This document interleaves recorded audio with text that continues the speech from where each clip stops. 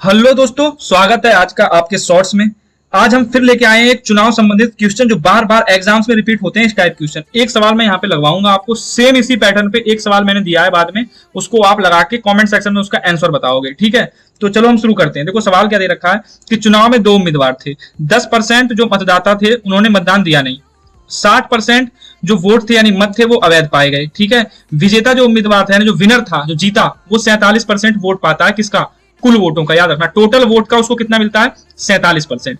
और वो 308 वोट से जीत जाता है। तो नामांकित मतदाताओं की संख्या ज्ञात कीजिए। तो नामांकित जो मतदाता यानी टोटल जो मतदाता थे वो तो अपने आप में 100% रहे होंगे, इसमें कोई शक नहीं है। यानी यही 100% की आपको वैल्यू निकालनी है। ठीक है, तो 100% टोटल वोटर थे, उसमें से 10% ने तो वोट ही नहीं दिया। यानी वोट कितनों ने दिया होगा? आप बोलोगे भाई वोट तो 90% ने दिया होगा। अच्छा ठीक है, 60% जो वोट थे वो इनवैलिड मिले। सॉरी, 60% नहीं है, 60 वोट थे वो इनवैलिड मिल गए। ठीक है, ये भी हम याद रखेंगे।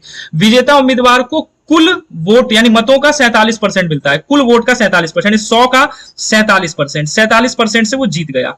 ठीक है, 47% उसको मिला और वो जीत गया। कितने वोटों से जीता? 308 वोटों से जीता। याद रखना है, 308 वोटों से जीता। तो आप मुझे ये बताओ, हारने वाले को कितने मिले होंगे? ये तो जीतने वाला है ना, 47% जिसको मिले हैं, तो हारने वाले को तो कितना मिला होगा? हारने वाले को तो मिला होगा, ये देखो 10% तो पहले ही माइनस हो गया है। ठीक है, 90% में से 47% तो वो ले गया, क्योंकि कुल का है 47%, तो 90 में से 47 ले गया, तो आप बोलोगे हारने वाले को मिले होंगे 43%। कितने मिले होंगे? 43%। लेकिन अभी भी इन 43 में से जो 60 वोट है ना, ये इनवैलिड है। तो यानी 43% में से 60 वोट आप माइनस कर लो, यानी ये वोट मिले होंगे किसको? हारने वाले को। और ये मिले होंगे किसको? जीतने वाले को। तो जीतने वाला कितने ज्यादा है? 308 ज्यादा है। यानी इसमें से अगर इस वाले को घटाओगे, माइनस कर दोगे, तो कितने के बराबर आएगा? आप बोलोगे भाई 308 के बराबर आएगा। ये बन गई हमारी प्यारी सी इक्वेशन। ठीक है, यहाँ पे तो अब देखो 47% में से 43% माइनस करोगे तो बोलोगे आप 4% बचेगा। ये माइनस है, अंदर भी माइनस है, प्लस हो जाएगा। अब ये इधर जाएगा तो क्या हो जाएगा? माइनस हो जाएगा। यानी 308 में से माइनस करोगे कितना? 60।